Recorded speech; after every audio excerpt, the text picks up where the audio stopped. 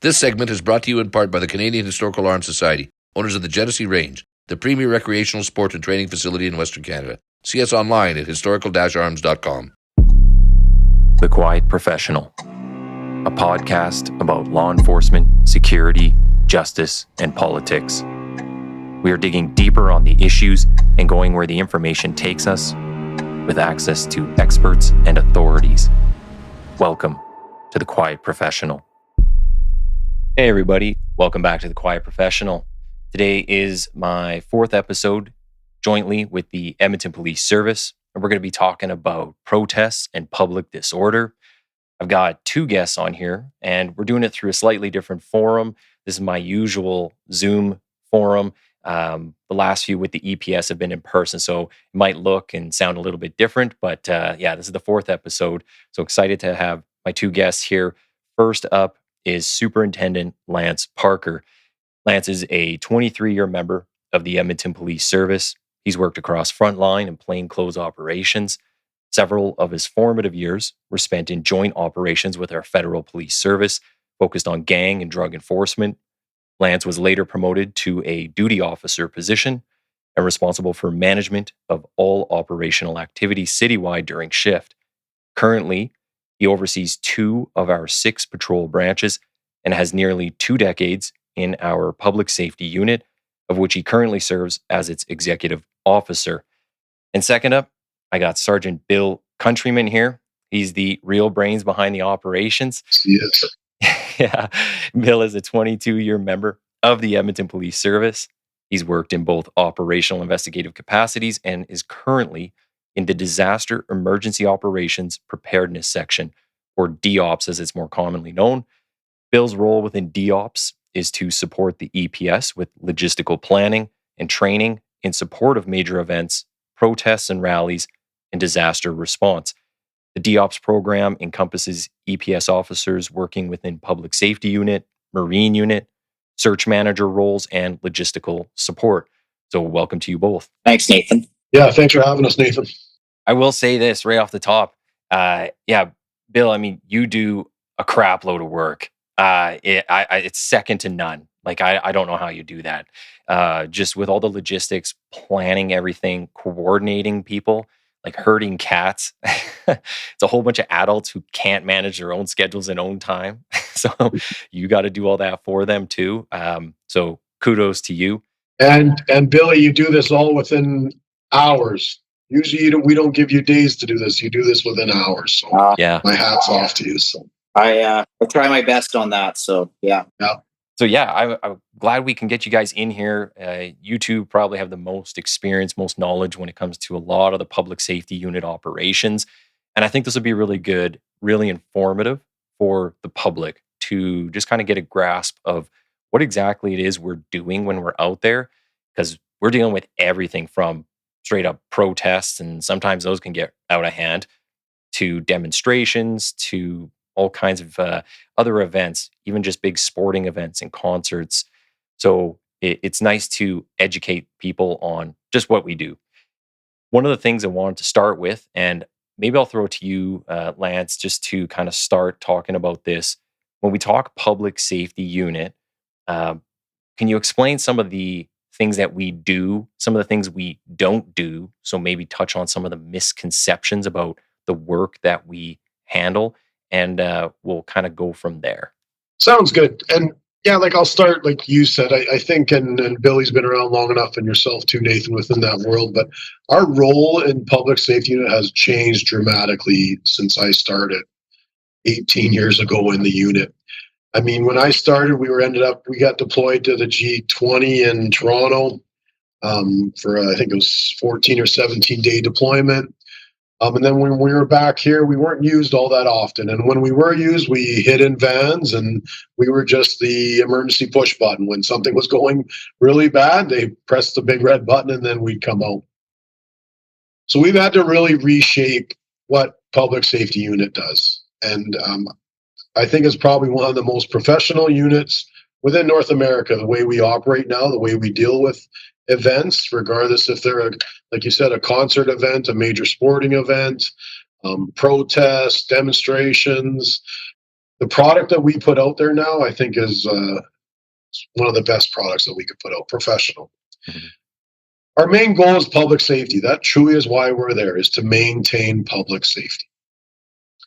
It looks different depending on what we're attending. So, for instance, the Oiler playoff games. Our public safety unit's out there, and it's just in order to make sure the crowd can enjoy the event, enjoy the celebrations after the event, and then get home in a safe manner, right? That truly is what our role is when you see our members out there. Our members are now taught to, or when I first started, public safety unit didn't engage with the public unless it truly was to do some action based on the action that was done towards the public or police. We had to be the reaction. We're retraining our members like, no, it's all right to smile and it's all right to talk to people. And like, we're there as part of the crowd, as part of what's going on. We're just a piece of that. We're part of that. But we just need to have engagement with them. So the public understands that we're not there as I don't know how to say this properly, but as a tool of force. But we're there just to truly to make it a safe environment for everyone to enjoy, regardless of what your opinions might be on whatever matters there. We're neutral. We're just there to make sure whatever's happening happens safely. Yeah. And I don't know, Bill, if you want to add any more, but Yeah, like from my standpoint, we are that proportionate response mechanism within the service. So again, it's a layered approach when we're looking at these events and supporting these events. And again, different layers. It's like an onion, right? So it's the engagement at the ground level with our patrol members, and then there's extra duty members that could be assigned. There could be some of our specialized areas like specialized support with our disruption team supporting these events, and we're augmenting that with public safety members in order to kind of build in those contingencies, but as well, again, like the boss said there, provide that safe environment to the citizens and the people attending these events, whether it's a major event or if it's a political rally or protest. Oh, go ahead. I was going to say the biggest misconception nowadays is that when PSU is deployed, that, oh, here comes the force, right? Here comes the uses of force. Here comes like something's going to happen. But I think over the years, as we deploy more and more in the way we deal with these events, we're starting to get rid of that stigmatism. We're not deploying to deploy immediate use of force, right? We will react when we have to react. We're not deploying just to be that immediate force that a lot of the public, well, not a lot of the public, we'll say some of the public thinks that we are, and that's not what we're about in PSUs. So our main function comes down to crowd management.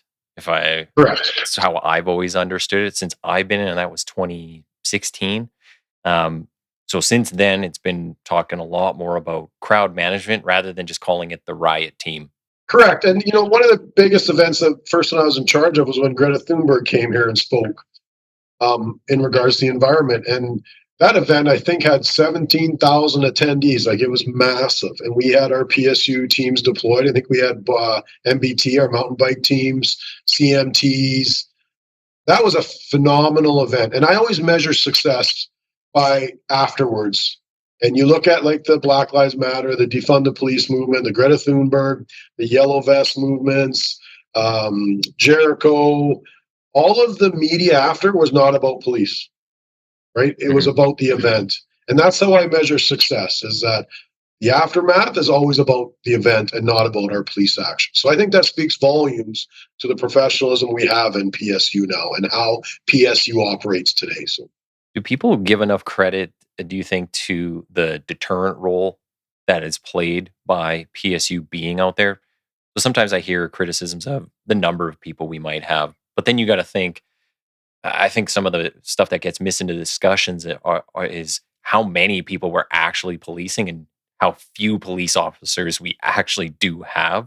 Like, if we truly need to move a crowd, that's difficult. So when things devolve or start breaking down, it's like that goes quick. But if we can be on the preventative side, then I think that's one of the bigger roles that we play, just by being out there and being visible. Yeah, like from my standpoint, Nathan, is when we're looking at these major events, is having the appropriate means if you do have to enact those types of secondary support systems, if you have to activate any kind of line movements, if you have to activate any type of movement through the crowd. When you go on the opposite end of the spectrum, when you don't have the appropriate resourcing and you don't have the appropriate training, that's usually when a lot of these events, they spin out of control, they go a little bit sideways, and it takes a lot more effort and a lot more means in order to basically suppress that event in the sense of bringing it back under control, or having the appropriate resources on site to deal with that event and have that understanding and the professionalism behind that. So I think we've come a long way since 2009 NHL playoff run, right? Like, what happened in that year compared to what's happened in the last 3 or 4 years we've had playoff runs here. Like, we've taken the lessons we've learned from those in 2009 and we've implemented, and every year, because of what happens around the world, like in Vancouver with the festival there where the car went and killed and hurt just people at a festival. So we're always thinking, okay, well, now we got to think about vehicle attacks now. And I think we're so far ahead of that game that you look at the last few years and how smoothly the playoff runs have been for the general public and how safe it's been for the general public to attend these large events. I think it, like Billy says, we look at the deployments, we look at the event, and I think, like I said, we've come a long way from where we were when I first started it. Yeah. You mentioned it just kind of like we pay attention to some of the world events. I guess that kind of brings us to this question. Who do we look to for training, and who do we look maybe up to? Who comes and works with us and looks up to us? Can you talk a bit about the partners we have out there, and who has that experience that we kind of generally will take from, and how do we pass it on? Yeah. So again, this kind of world, it's kind of ever evolving. Again, learning from stuff that's happening down in the States, stuff that's happened overseas, especially like in Europe, with a lot of the unrest in Germany and France. But as well, it's the working groups across Canada. Both the boss and I sit on our subcommittee for the national working group for the CACP. And there's a lot of great conversations because how things are dealt with in certain provinces or certain cities or certain types of zones within Canada can vary as far as like a standardized approach with that. But when it comes down to the training, it's reaching out to other organizations across Canada, as well as some of the professional organizations in kind of North America, like our specialty munitions side of the house. We do our kind of baseline instructor training through the National Tactical Officers Association. But then when you look back into Canada, we do some sub-training with like the RCMP.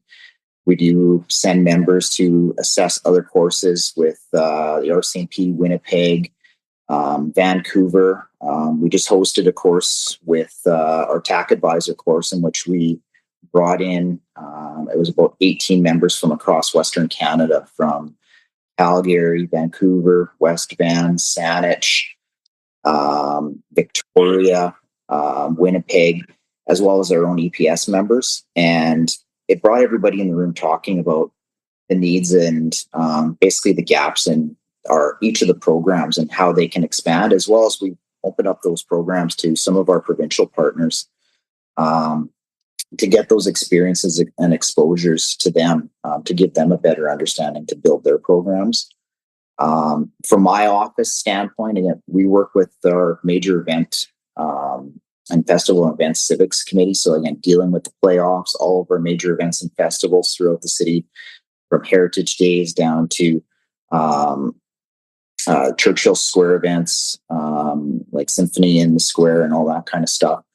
And it's trying to explain to some of our partnerships and some of the groups we work with the experiences we have, and as well provide the learnings of what we've learned as police, but provide them some insight and some options of when they're trying to plan these events and understand the capabilities, not just of policing, but bringing in other concepts of like, did you assess this with your ingress plans? Did you are you looking at this as a ticketed event, a non-ticketed event? Again, you're going to bring in different types of people, talking about the different types of people and the personalities within those groups. And I know you part of those discussions, working within PSU over the years and within the courses, but taking bits and parts of kind of courses that we've attended, and again, benchmarking to what we have. And I think the boss, from the time he's been in PSU to where I've been now in PSU, the educational access to different programs and again, learning from lessons learned in different cities. I think that's a huge concept.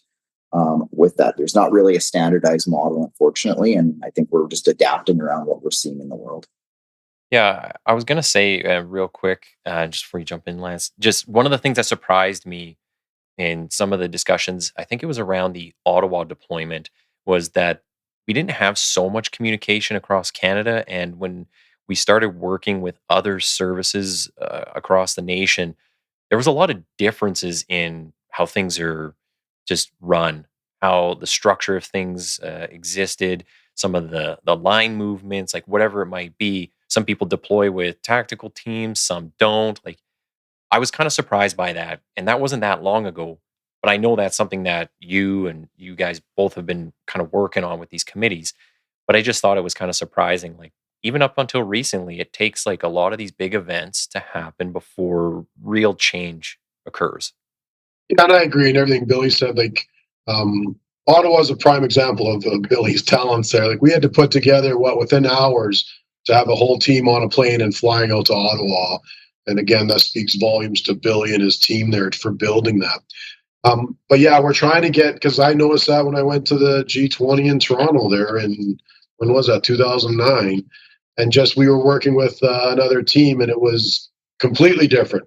Like, completely different. The movements, line movements, even what level of dress they were wearing, right? Like, Yeah. it was a massive difference. So that's why we kind of got this committee. We speak, and I think our relationship is a lot stronger just within Alberta than it ever has been. Billy and I sit on a weekly meeting, telephone meeting with Calgary and the RCMP, just to make sure that we're on the same page as a province. We needed the RCMP last year during our playoff run, and they deployed the last 2 rounds, right, Billy, with us, I think, last 2 rounds. Yeah. And they helped us out immensely with manpower and resources. And it was so nice as a commander that they just blended in with the EPS. Mm-hmm. We gave them the whole west side, and they just did it, and it was done professional. Movements were the same. They could just amalgamate with the EPS and be one team. When we talk about these large events, and I'm not saying we haven't had these large events before, but they just seem to be getting bigger and bigger. Like, you're talking like the Petroleum Conference in Calgary. You're talking about G7 in Banff. You're talking about FIFA now next year. Like, they need massive amount of resources. So we have to be able to go there and be able to be on the same standard in the way we deploy and what we're wearing and how we actually deploy. And I think that's where we're going to hopefully one day be standardized across Canada, so that whoever needs us, we can just go. Yeah. And get plugged in, right? Plug and play. That's the whole goal, is that we come as a self-contained unit and we can just plug and play. And I think being on the national subcommittee, it's one of the big components I find is just understanding what type of capabilities each of the services have. In Ontario, they utilize a hub model. So if they have something that's happening in Mississauga and they need more resources, they can rely on all these artery systems of other services with their public safety units to support that. And again, now that we're looking at it nationally, that how we deploy as our CMT group versus how the Montreal Police Service deploys their members, and the numbers and the size of their teams and how they talk about that, what kind of tactics they have, what kind of line tactics, how do they deploy with their medics, how do they deploy with their munitions people, what types of equipment, what levels of dress, do they have ROEs, like all those types of components. So there's a lot of things on a national basis. After Ottawa, it brought a lot of people to the table. And again, it's a work in progress based on that. But I think it gives us a greater understanding across Canada if we do have a major event like that, who we can access. Fortunate. And I think with this committee, the biggest thing, and Bill, you can speak to this too, is just the communication. Because prior there was kind of a lack of communication, and now every time there's a major event, we're all like, we're contacted and we're prepared for possibly coming to our city. The best example of this was the Eritrean riot we had in 2023, August 2023. Mm-hmm. We met in Red Deer with Calgary. Was it a couple days after that event? They were having an Eritrean event the weekend after. They had no idea what was coming their way. And we told them, and we explained what we went through. We had videos. We showed them the videos, and it helped them prepare for what, the event that took place in Calgary after that. And that communication, I don't think, was there for the longest time in PSU, because we kind of kept our siloed. We kept to ourselves, right? Yep. At one point, I can't remember when, we did train with the RCMP, and we observed Calgary training in Penhold, but we got away from that. And we just got to get that back. It always comes down to communication. That's everything. Whether it's military, law enforcement, you have a breakdown of communication, you're either not learning or you're not doing the job properly. Correct. So wondering about the numbers of protests and things that we might go to. So maybe, Billy, you might have the most relevant numbers on that, recent numbers. I'm just wondering, over the course of a year, what does it look like for our deployments? So that EPS, how many do we go to? And if you can talk about, do we classify them as anything, whether it's considered a protest or a demonstration? Like, do we have definitions for these things? Yeah, so I'm just pulling it up here just on my other laptop. So I'll just kind of touch on some of the stuff from 2024 there. So when we're looking at like protests and rallies, we kind of look at it, our overall PSU response. Like, how many times are we activating a PSU response of putting boots on the ground? And again, it's grown exponential over the years. The boss was part of PSU when we would only get deployed for, again, those major events or playoffs. But outside of that, we really didn't have a protest or rally lens happening. The odd time you'd have something pop up, but there wasn't anything. And then around 2016, 17, we started to see some, again, rise in kind of motivation with people within the protest realm. We're starting to see some activity in Eastern Canada.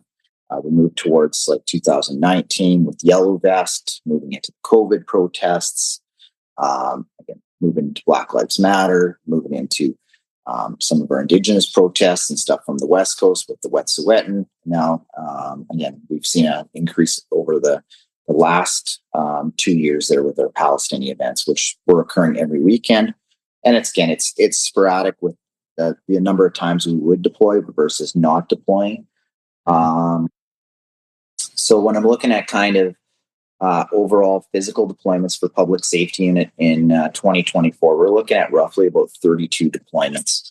Some of those, again, I'll just give you a rough breakdown, scrolling through some of my search manager stuff here.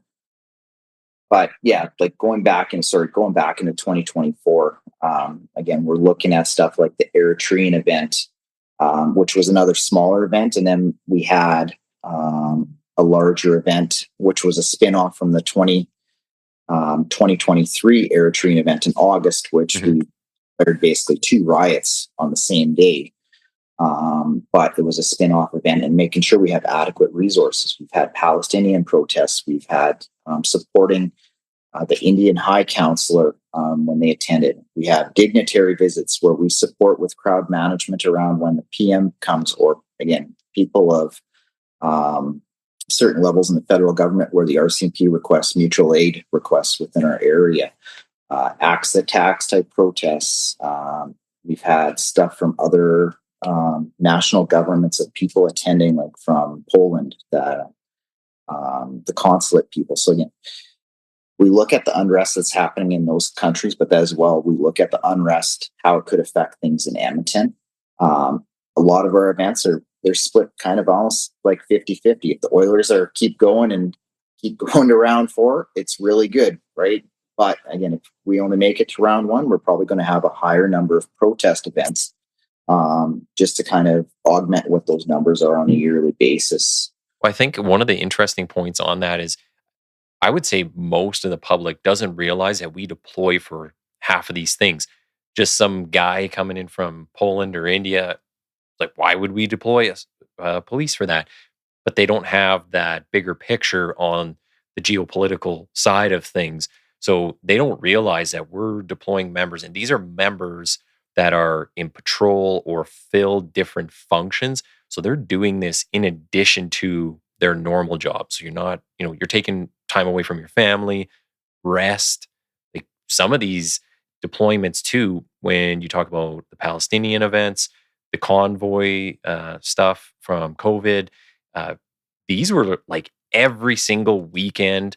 Sometimes there's multiple events in a week. So people are getting called out for this all the time. I mean, it's tiring, it's taxing. So I think a lot of the general public there don't realize the fact that public order is an additional support system.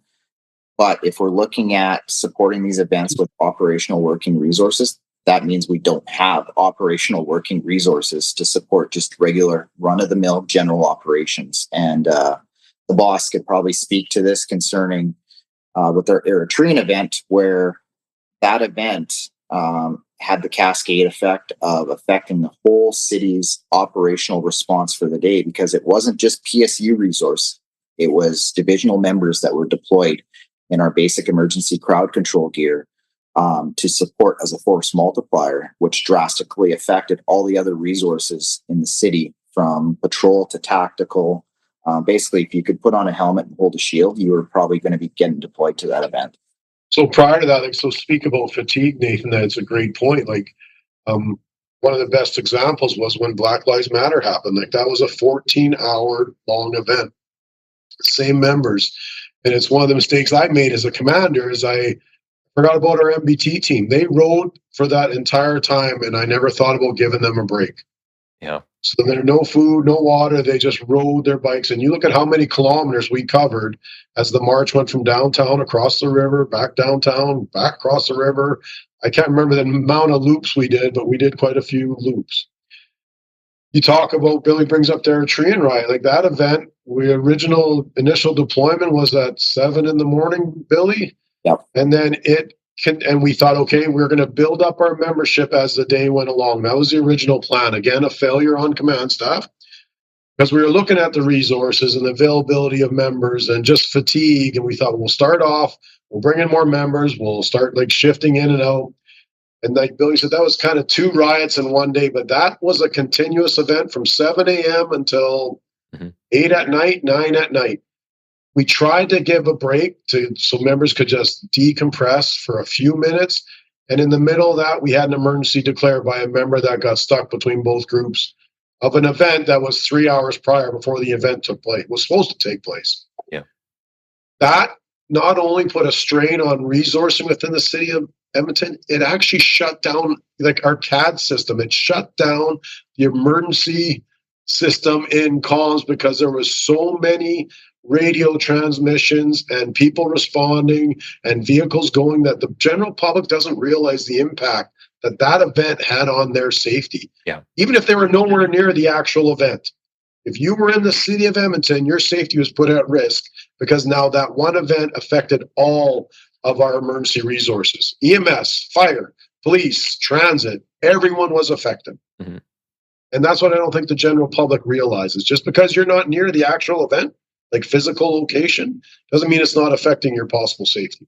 Yeah, I think a lot of people seem to think it's out of sight, out of mind a little bit. You get stuck in that. Can you guys talk a bit about the costs associated with these deployments? So how much it costs, and if you can mention just generalities, who actually pays for this? Boss, you want to start on that one? Yeah, you go ahead. Just over the years, it's been an exponential cost where, again, we have a baseline overtime that supports this, or if we have, for example, NHL playoffs, we have an unfunded liability for overtime in order to support the measures as well as the operational plan to support those deployments. But over the years, again, dealing with some of the protests, we've set up a protest cost center in order to capture those costs. And probably since I'm just going to look at one of the sheets here. Since 2020, our teams have only grown by 30%, but we've had almost an 8-time increase in overtime costs since 2020 because of recent protests. So it's grown exponential.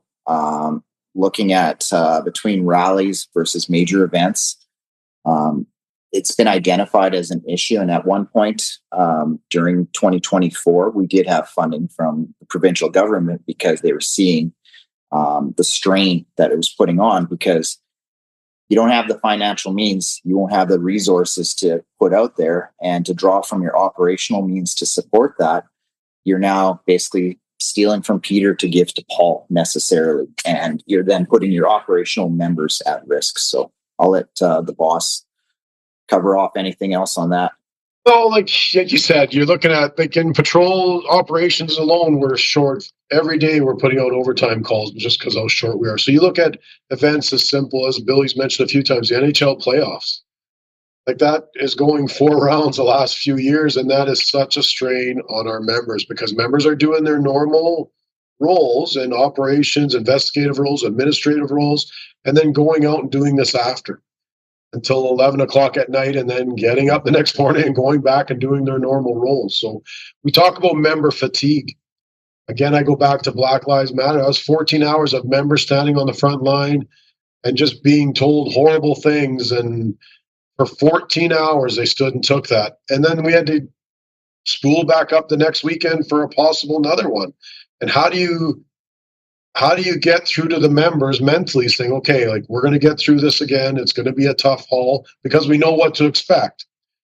But just like the mental pressure on our members is, yeah, like Billy says, it's all off the side of our desk. So it's a heavy lift. It truly is a heavy lift. But members love it, but it's still a heavy lift. So. Well, I'm talking like costs in dollars and cents. We are going to talk about the individual impact here shortly. But the dollars and cents, and Billy, you were kind of mentioning, so the province has had to provide some money.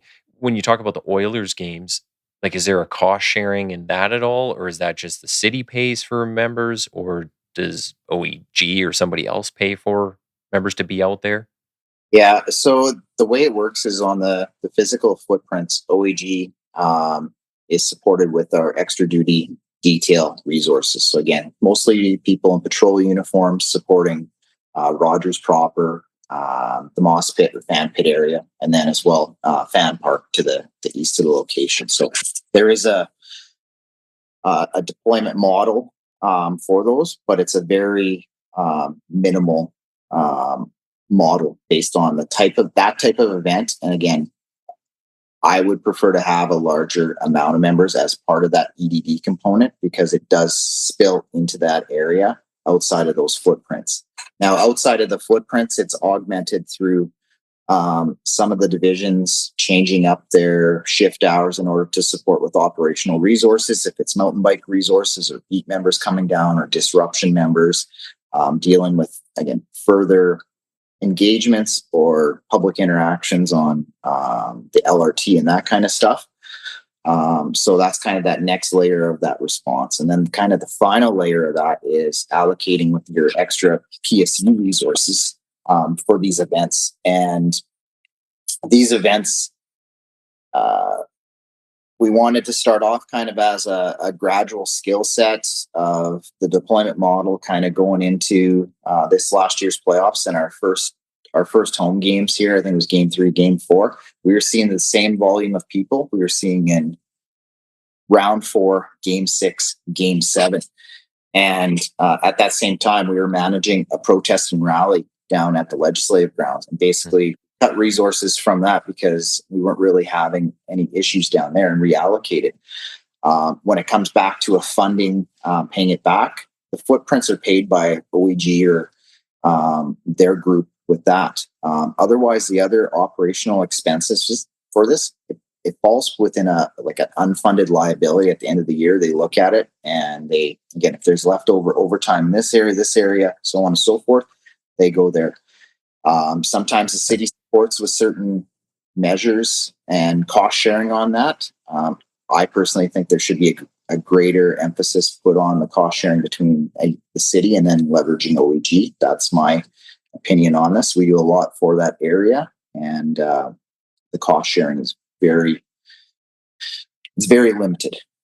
Yeah. It's just to put a number to it, Nathan. Like you look at the RCMP assisted us in the playoff run last year. If I'm correct, Bill, that was going to be like $1 million tab bill to the city, but the RCMP, they have federal funding, so they just decide to pay that themselves. But that's just a snippet of the cost of these events. Yeah. I think I can't recall the number over top of the entire like playoffs and stuff like that, but I think overtime wise, I think we're sitting just under $1 million. Yeah, just under $1 million. Yeah, no, I appreciate that. And I hope that the public really grasps just the amount of stuff that has to go into planning this and the amount of resources that are required. And I'll tell you right now, like even when I'm out there, when you see the size of the crowd and how out of hand some people can get, and it can really spread when you're looking at the small amount of or the small footprint of police that are out there. Sometimes you're like, you guys aren't paying enough. We should be paying like another $1 million, because if this goes sideways, you're going to wish you had all the resources in the world to stop some of this stuff. So, and that's a good point. You look at the playoff run, I think it was this year, and we have a member who used to play in the CFL as a linebacker. So he was a very, very large man. And I remember being a commander and watching a little bit of a crowd crush happening. Yeah. And I was watching the crowd lift him up and down off the ground. Yeah. I'm thinking he's the biggest police officer we have here, and he's being moved like he's like air, like there's no weight to him. That's when you know you're in trouble, like you say, Nathan. Like we could use another 100 officers, because if this crowd keeps going, like we're in trouble. Well, and on that, that's an event that people aren't even mad. They're not aggressing. They're not looking to destroy. That is just simply bodies bumping into each other and going in a general direction. Yes. And that's it. And you can barely manage that or even stop it at all. Now you get any size of crowd that is unruly, that's aggressive. I mean, it's going to take a lot of resources. And it happens all over the world. And like you said, it's as simple as a crowd crush, right? Like people, like with the one game, we had to actually shut down the venues, outside venues, because we were having crowd crush. And that takes more members than we had there to just solve that problem. Like you said, they weren't there. They weren't angry. It was a celebratory crowd. They were just looking to get into these venues to get a spot to watch a hockey game. Mm-hmm. That caused a crowd crush, and we have to deal with that as police. So we don't, it happens all over the world in concerts and festivals and sporting events. But yeah, I don't think the general public understands what police role is in that. Like security's not going to be able to solve that problem. Yeah, no. Can you guys talk about how we choose which events we're going to deploy to? Because if people are paying attention out there, obviously the most recent and most frequent would be a lot of the Palestinian events, but we're not out there with any substantial numbers at every single one of these things. Like there's picking and choosing. Can you just talk a little bit about that? Yeah, so when we're looking at these events, we're pretty fortunate in the city here to have a really robust protest liaison team, or PLT team. And again, those people that work in that team, they have some great relationships with people and stakeholders within the community groups to determine kind of what the intent of their event's going to be, or the protest or the rally's going to be. And sometimes it doesn't even really affect a protest or rally, but for example, like Heritage Days, it's having them on the ground level to determine, like, we might see this type of event happening, or these two countries or areas are being a little bit contentious with what's happening in the world right now. They provide us a lot of insight and intel of, again, what kind of volume, what potential kind of numbers we may see, what type of counter protests based on kind of how they assess the risks of their events, as well as they provide us some understanding of, like, these are the resources available to support these events that are working operationally. The duty officers aware. There's disruption teams or tracks that might support kind of as that next layered approach. Sometimes they'll make the request or have the conversations, like, you know what, divisional members will deploy in their second or third watch with their basic emergency crowd control in case the duty officer has to access resources. And then if it looks a little bit more contentious and we, again, look at the risk associated to the overall event, we put out a situational awareness, or we might just go to strictly an activation with just one of our 4 levels of response of how we build out our PSU teams. Okay. And maybe I'll just put this out there so that people are aware. Sometimes, even though PLT is out there or our commanders and they're talking with these community groups, some of them don't always tell the full truth. They don't tell us where exactly they're going or how they're going to manage the people with them. Or we also get unexpected tag-alongs. So some other people might show up for that specific thing that they want to protest. Like they're all on the same page, but some decide, a more, we'll say, aggressive group shows up that isn't normally in there. And I guess a third one is sometimes we get where someone's protesting one thing and maybe they're going to get some attention, or someone knows that they're going to get attention, and a totally separate group involved in a totally separate matter shows up and tries to bite off some of that attention that maybe the media or politicians are giving them. So it's just for like an awareness piece for those who do go out there and wonder, just how we're managing it. There is an aspect that the other side is either playing ball or they're not playing ball, right? Like there is some give and take. There is some sharing there to make sure that people can exercise their rights safely. Yeah, and there's still communities that don't trust the police, right? We have to work on that. Like we truly have to work on building that relationship and strengthening that relationship.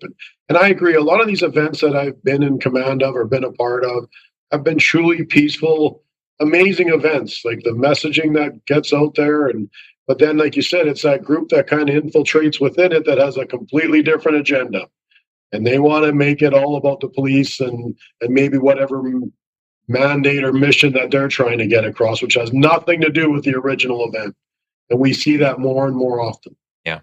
Maybe we'll kind of, just as we get toward the end of the time, I want to make sure we have some time to discuss this, but the individual impact. So we're talking about the officers, and if you have any examples of public that have come up to you and maybe express some concerns, not so much with the police, but just with the overall situation that's going on out there.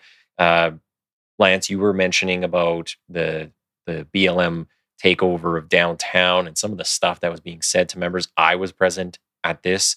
I was there for the whole event, back and forth across the river multiple times, and then kind of ending up in the downtown core. Do you want to talk a little bit about what you saw from that, what you heard, and how members were maybe responding to it, or some of the emotions that were occurring after the event?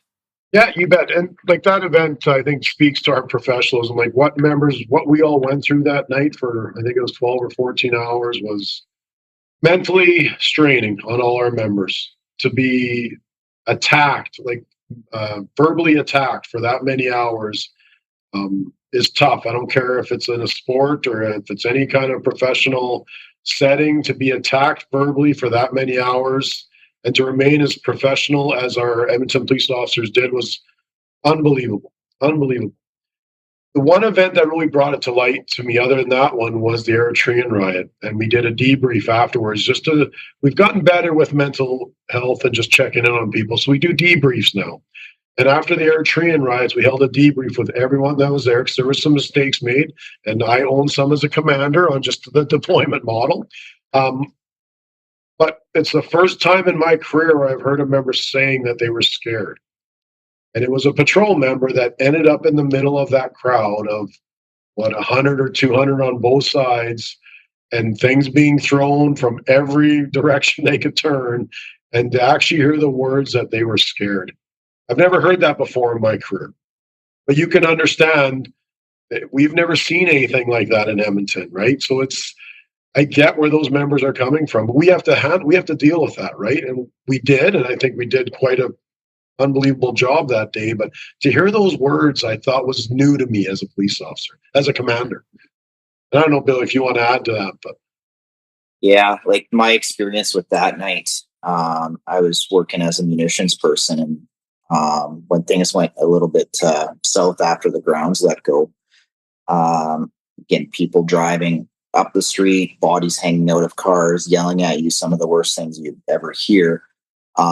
But the shock and awe of that evening was I had a couple of the kids that I ended up coaching soccer with, and not knowing who I was or thinking I was just a, again, random uniform on the corner, and the words that came out of their mouths, and knowing that I was a coach, but as well, I knew who they were, and I've coached from a young level these kids, and it was like a self-reflection, like really, like that's what you think of this because you're getting ignited by something that's happened in another, again, country, and they're just kind of following the energy of that group. But then again, throughout the night, everybody was kind of had that energy, but then you saw groups like, okay, now they're waiting kind of for that media moment, right? We had media groups following this group throughout Jasper Ave, up 104 Ave, across the high level. They are looking for that trigger point or that flashpoint event in order for it to be that item on the media that's going to, again, sell the clicks, sell whatever it's going to be on that aspect. And really, by the end of the evening, the people that actually went to that BLM event initially down at the Wedge versus kind of what we've seen progressing through the evening, it wasn't the people that were actually supporting the cause or whatever the vision was down at the grounds. It was definitely something more, I won't say nefarious, but it was definitely something that they just been part of the group and they went with their own agenda to basically push their different types of beliefs or, just cause disorder. And that's what they're looking for. And that's the clips you're getting at the end of the night of seeing this stuff. Yeah. Billy brings up a good point that the public needs to understand, like first responders are not robots. We're parents, we're siblings, coaches, we're part of your community, your neighborhood. So when this stuff happens, like obviously Billy brings that up, like it affected him because he's a coach of these kids. And Billy was there to protect the public and make sure the public was safe. Billy was not part of the event, other than that he was there in order to make sure everyone was safe and they could have a peaceful protest. I think for me, it comes down to when I'm looking at a lot of these events and again, talking with people or even, again, family, friends, people I run into in my own community, and they start talking about policing and especially my role within public safety. And I'm like, it comes down to it. I'm like, we are supporting and managing behaviors. We're taking bad behaviors out. We're removing them because those bad behaviors can fester into other things. We're not policing your beliefs and all that. You're allowed to have your beliefs, but when the behaviors change and the mannerisms change, that's when we actually have to have that reaction to follow up in order to make it safe for everyone. Again, protesters, counter protesters, we're there to make those events safe. And when the behaviors change, that's when we actually have to deal with the interaction and dealing with people. Yeah. And as a service, we can't be scared to defend ourselves. So you look at the encampment at the University of Alberta Hospital, the false narrative that was put out after that event. Like I demanded to go on the media until I finally convinced the chief to put me in front of the cameras with all of our videos that we had to prove all that false narrative that was going around about the police being heavy-handed, us using munitions, which we never used. So it was good that we were able to do that. Because we got to get the message out there that, no, what you're hearing is not what took place. So. Yeah, well, I certainly go on about media enough on here and just making sure that they put out the right message, right? That they're telling the whole truth and both sides to the story, or however many sides there are to a story. So I can appreciate that. We're just at the end of our time. I want to thank you guys for coming on here today. I think this would be really informative for people, even within our own service. There's a lot of people who don't truly understand what we do or how it's conducted and how this all comes together. So thank you for what you do, and thank you for being on here today. Thanks for having us, Nathan. This is awesome. So, yeah. Thanks, Nathan. Appreciate it. Yeah. Hey, everyone. Thanks for listening in and following along with the discussions.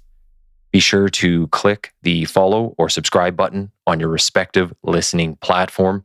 Also, check out the Quiet Professional on X and Instagram under TQP780.